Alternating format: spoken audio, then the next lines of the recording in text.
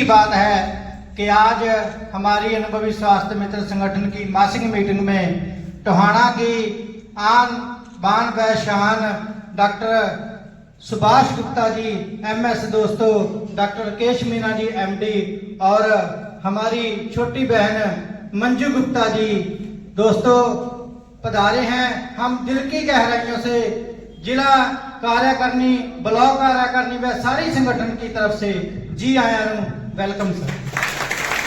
भगवान आपकी इतनी लंबी आयु करे कि हम सोच भी न सके दोस्तों। हम मनोकामना करते हैं सर की लंबी आयु की और चढ़ती कला दी। थैंक यू दोस्तों। आदरणीय डॉक्टर सुभाष गुप्ता जी को जोरदार तालियों के साथ स्वागत करें। डॉक्टर सुभाष गुप्ता। आयुष्मान का मरीज फ्री होता है, कोई उसका चार्ज नहीं होता है किसी अस्पताल में। हमारा हॉस्पिटल सबसे ज्यादा इक्विप्ड है, सबसे ज्यादा एक्सपर्ट डॉक्टर्स हैं, सबसे सीनियर मोस्ट डॉक्टर्स है, मतलब मेडिसिन में हो, सर्जरी में हो, सीन में, सब में सीनियर मोस्ट डॉक्टर है। तो हम क्यों नहीं उस मरीज को, जब उसका खर्चा ही नहीं लगना, तो why don't you get the treatment from the next senior most person. भाई आप किसी पर्टिकुलर ना हॉस्पिटल का नाम नहीं ले रहा, मतलब एक आप जूनियर डॉक्टर से करा रहे हो, एक 40 साल का अनुभव है, 35 साल का अनुभव डॉक्टर है और उसके पास सारी थिएटर की फैसिलिटी बहुत है, एनेस्थेटिक्स की फैसिलिटी बहुत है, लैब की फैसिलिटी बहुत है। आप मरीज का ट्रीटमेंट फ्री होना है, मरीज को कुछ नहीं पे करना, तो why don't we get the things from the best treatment. मत एक क्वेश्चन करो, मेरा क्वेश्चन यही है। मतलब हम ट्रेन भरे के लिए कह भाई जब आपको सुविधाएं सभी वो सब अच्छे से सुविधाएं मिल रही है, कोई चार्ज नहीं लग रहा, तो गेट द बेस्ट ट्रीटमेंट। मैं तो यही अपील करूंगा भाई, जो मैक्सिमम पेशेंट्स है वो हमें आयुष्मान मिले। अब हरियाणा बोर्ड तो कोई है नहीं जी, आयुष्मान रह गया। ब्रेन हेमरेज और साइलेंट सबको इंफार्क्ट, जो उसको क्लॉट बोलते हैं, डेली का एक पेशेंट आ रहा है वो, और उन पेशेंटों के साथ में सबके साथ कोई न कोई हिस्ट्री जुड़ी हुई है, यानी रिस्क फैक्टर है। सबसे पहला कोई पेशेंट ओबेसिटी का हो, मोटापे का हो, या उसको बीपी हो, या उसकी शुगर अनकंट्रोल चल रही हो। पेशेंट बोलते हैं डॉक्टर साहब मैं दवाई खाता हूँ, मैं बीपी की भी दवाई खा रहा हूँ, शुगर की भी। उससे मैं पूछता हूँ भाई कितनी शुगर रहती है, बोलता है 250। मैं 250 कम दिख रही है आपको।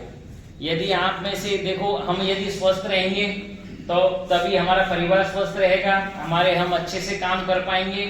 तो आप किसी को भी किसी देखो आज के टाइम पे बीमारी का कोई भी एक वो नहीं है, एज क्राइटेरिया नहीं रहा। पहले ये रहता कि शुगर है भाई 60 साल के बाद होनी है।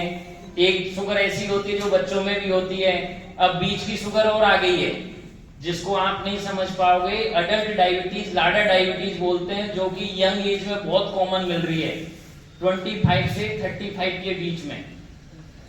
तो उन पेशेंट को क्या है, शुगर एक बहुत मीठा जहर है, स्लोली हमें अभी डैमेज नहीं करता, धीरे धीरे डैमेज करता है। 10 इयर्स तक तो हम 250 शुगर लेके चलते रहते हैं, लेकिन जब 10 साल कट जाते हैं और उसके बाद में जब अंदर ही अंदर बीपी शुगर हमारे ऑर्गन को खराब कर देते हैं, किडनी को, नस को, आंख को, उसके बाद ये रिजल्ट दिखाती है। तो यदि किसी भी भाई को या किसी भी अपने स्वास्थ्य कर्मी को, अपने परिवार को, किसी को डायबिटीज हो, हाइपरटेंशन हो, अनकंट्रोल चल रहा हो, इन दिनों में विशेषकर वो बहुत अपना कंट्रोल रखें। मॉर्निंग टाइम पे घूमने नहीं निकले, बहुत ज्यादा सुबह के ठंड में धूप निकला है, या शाम के टाइम पे डाइट हेल्दी रखें। इन दिनों में मूंगफली खाते हैं, मूंगफली डायबिटीज वाला पेशेंट बिल्कुल नहीं लें। गज्जक मूंगफली में सबसे ज्यादा ऑयल और कार्बोहाइड्रेट होता है, शुगर अनकंट्रोल होती है। पेशेंट को फील नहीं होगा, कभी भी फील नहीं होगा इन दिनों में, क्योंकि फील जब होगा, हाइड्रेशन इतना डिहाइड्रेटेड नहीं होता है सर्दी की वजह से, लेकिन वो अंदर ही अंदर सिस्टम को खत्म करती रहती है। तो साइलेंट एमआई बहुत कॉमन होता है। आपके पास कोई भी पेशेंट आता है और वो बोल रहा है मेरा जी मचला रहा है, सोच लो कुछ गड़बड़ है। यदि डायबिटीज, हाइपरटेंशन का पेशेंट है, वो बोलेगा डॉक्टर साहब मेरी तो गैस की 2 टीका लगा दो, आप उसको मत लगाओ। वो पेशेंट क्या होता है, डायबिटीज वाले पेशेंट में ईसीजी में चेंजेस नहीं मिलेंगे। आप इको कराओगे, इको नॉर्मल मिलेगा उसका, आप टीएमटी कराओगे तब उसका पॉजिटिव मिलेगा। इको भी नॉर्मल होगा, और तो इको देख के हम खुश हो जाते हैं, ट्रॉप भी करा के खुश हो जाते हैं, सीपी के भी करा के खुश हो जाते हैं, यार ये सब नॉर्मल है तो कुछ नहीं, ये गैस की दवाई खा। लेकिन जो पेशेंट आता है 10 दिन के पास में ब्रॉड डेड आता है, मैं डेली का एक पेशेंट अपने एरिया का मरा हुआ भी देख रहा हूँ इन दिनों में। वो यही रीजन है, मैं देखता हूँ यार इसमें कमी कहाँ रहेगी, डॉक्टर में कमी कहाँ रहेगी, तो उसमें ये चीज है कि उसने वो उसकी हिस्ट्री थी वो पॉजिटिव नहीं देखी। तो अब अपने पास में डॉक्टर भी है, सब कुछ है, सेटअप भी है, और कोई भी यदि ऐसा पेशेंट रहता है जैसे कि चेस्ट पेन चल रहा हो और उसको कभी 1-2 बार चलने पे, जैसे कि मॉर्निंग टाइम पे गया और बोलता है डॉक्टर साहब मुझे चक्कर आ गए और मुझे चेस्ट पेन सा लगा लेकिन थोड़ी देर बाद में ठीक हो गया, तो उसको समझ लीजिए कार्डियक पेन है। स्पेशली डायबिटीज और हाइपरटेंशन और थायराइड वाला, इस पेशेंट को तो नेग्लेक्ट नहीं करना है। दूसरी बात, एक और मैसेज दूंगा मैं आपको कि यदि हमारे घर में किसी के में गैस गीजर लगे हो, हटवा दो। अभी पेशेंट छोड़ के आए हो इमरजेंसी में, मान नहीं रहा है वो बोल। अभी क्या हुआ है, लोकल पेशेंट है, हर बार एक डेथ होती है पेशेंट की, गैस गीजर लगा हुआ था और उसको कार्बन डाइऑक्साइड गैस छोड़ता है, अभी बेहोश हो गया, वो तो आवाज आ गई उसको। बहन डॉक्टर मंजू गुप्ता जी वो आए और हमारे साथियों को अपने अनुभव से जो है सरोबार करें। डॉक्टर मंजू गुप्ता जी।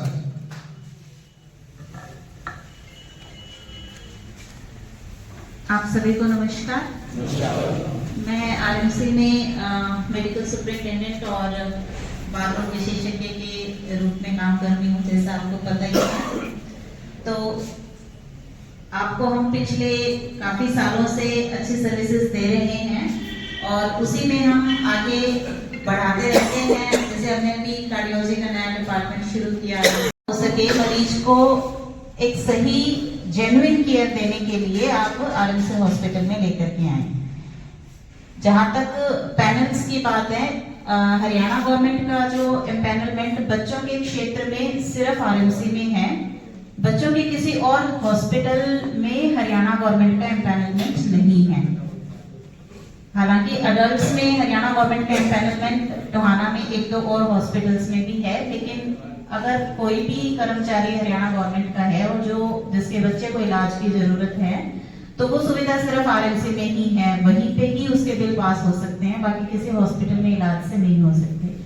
ऐसे ही टीपीए की जो फैसिलिटी है, हमारे पास बहुत सारी कंपनीज के साथ, इंश्योरेंस कंपनीज के साथ एम्पैनलमेंट है, तो लोगों को जानकारी नहीं होती।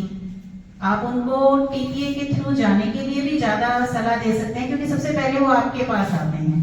अगर वो हेल्थ इंश्योरेंस करवा लेते हैं तो मिनिमम प्रीमियम पे उनका फ्री ट्रीटमेंट हो जाता है, उनको बोधरेशन नहीं रहती कितने पैसे लगेंगे कितने नहीं लगेंगे। तो टीपीए की भी सारी अपने पास फैसिलिटीज हैं, आयुष्मान है, ईसीएचएस है, वो सब आपको पता ही है। बच्चों में भी जो छोटे बच्चे हैं जिनको पीलिया हो जाता है, जो टाइम से पहले पैदा हुए हैं, जो जन्म के समय पे रोए नहीं हैं, या जिनको किसी भी वजह से सांस लेने में दिक्कत है, तो मैं ये अश्योर करती हूँ, मैं आने वाले हर पेरेंट को भी यही अश्योर करती हूँ कि अगर बच्चे को 5 दिन रुकने की जरूरत है तो उसको 6 दिन हम नहीं रखते हैं। मतलब मैं हर एक का एक मेन पॉइंट होता है। अगर आप पूछना चाहें कि भी बाकियों से अलग आप क्या करोगे डॉक्टर साहब, बाकी सब जगह पे तो वही इलाज हो रहा है जो यहाँ हो रहा है, तो ये मैं अश्योरेंस हर पेरेंट को भी देती हूँ और आप लोगों को कि भी हम बेवजह बिना जरूरत के लंबा नवजात शिशुओं को नर्सरी में नहीं खींचते हैं। बहुत ही ट्रांसपेरेंट काम रहता है, हर रोज सुबह शाम बच्चा दिखाया जाता है, तो ये हमारी टीआरपी आप कह सकते हो। तो सर्जरी में तो कुछ बोलने की जरूरत ही नहीं है, मेडिसिन में भी डॉक्टर राकेश के पास आप इतने टाइम से आ ही रहे हो। गायनी के क्षेत्र में हमें आप लोगों से ज्यादा उम्मीदें हैं, वहां की हमें सपोर्ट करें, आप डिलीवरी और सिजेरियंस के लिए पेशेंट्स रेफर करें। तो बाकी आप सबका बहुत बहुत वेलकम और धन्यवाद। इस मंथली मीटिंग में पहुंचे हुए हमारे chief guest RMC hospital Tohana, पूरे हरियाणा में धूम मचाने वाले एक महान सर्जन आदरणीय हमारे गुरुदेव डॉक्टर सुभाष गुप्ता जी। अगर मेडिसिन के मामले में मैं कहूं कि मेडिसिन की पूरी मशीन डॉक्टर के एस मीना जी और हमारी छोटी बहन डॉक्टर मंजू गुप्ता जी, बच्चों के स्पेशलिस्ट और पूरे जिला कार्यकारिणी व हल्का कार्यकारिणी व तमाम हल्के के प्रत्येक गांव से आए हुए मेरे अनुभवी आरएमपी भाइयों, आपका यहां पहुंचने पर बहुत बहुत स्वागत। डॉक्टर साहब जी ने थोड़े से शब्दों में एक लाइन की कहानी खत्म कर दी कि आयुष्मान के पेशेंट जिसके ऊपर कोई पैसा भी नहीं लगना, आप बजाय इधर उधर घूमने के एक हेल्थ सेंटर का नाम है आरएमसी हॉस्पिटल, जो कि बहुत ही अनुभवी डॉक्टरों की टीम है, भी उनसे करवाएं, पैसा तो कोई लगना ही नहीं। बहुत बिल्कुल सही बात कही है इन्होंने और मौका देना भी चाहिए। पीछे डॉक्टर साहब ने 2-3 साल पहले जब आरएमसी हॉस्पिटल में एक मीटिंग हुई थी, उस समय इन्होंने वादा किया था कि आप लोग ऐसे ही साथ देते रहें, वो दिन दूर नहीं कि एक छत के नीचे पूरा मेडिसिन सेंटर ही बनेगा। तो बहुत ही बढ़िया बात है कि हार्ट वाले डॉक्टरों के लिए, हार्ट पेशेंट के लिए हमें बाहर भेजना पड़ता था मरीज।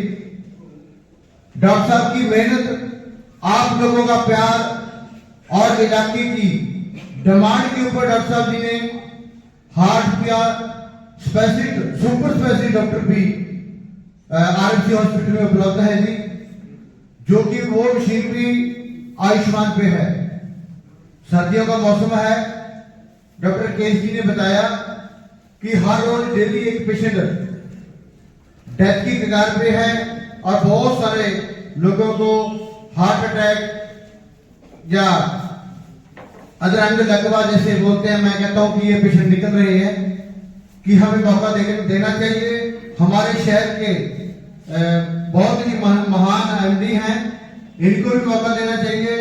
और बच्चों के मामले में बैजी ने बताया कि हरियाणा जो कर्मचारी का है, जो आयोग बना है, उसके लिए सिर्फ आरएमसी हॉस्पिटल ही है। तो मैं कहता हूं कि ज्यादा से ज्यादा मौका देना चाहिए। तो डॉक्टर साहब आए, आप आए, बाहर आए, हमें कुछ न कुछ सिखा के जाते हो। जैसे डॉक्टर केस जी ने बताया, पीछे एक बार खांसी का बहुत ज्यादा प्रकोप था, बहुत ज्यादा।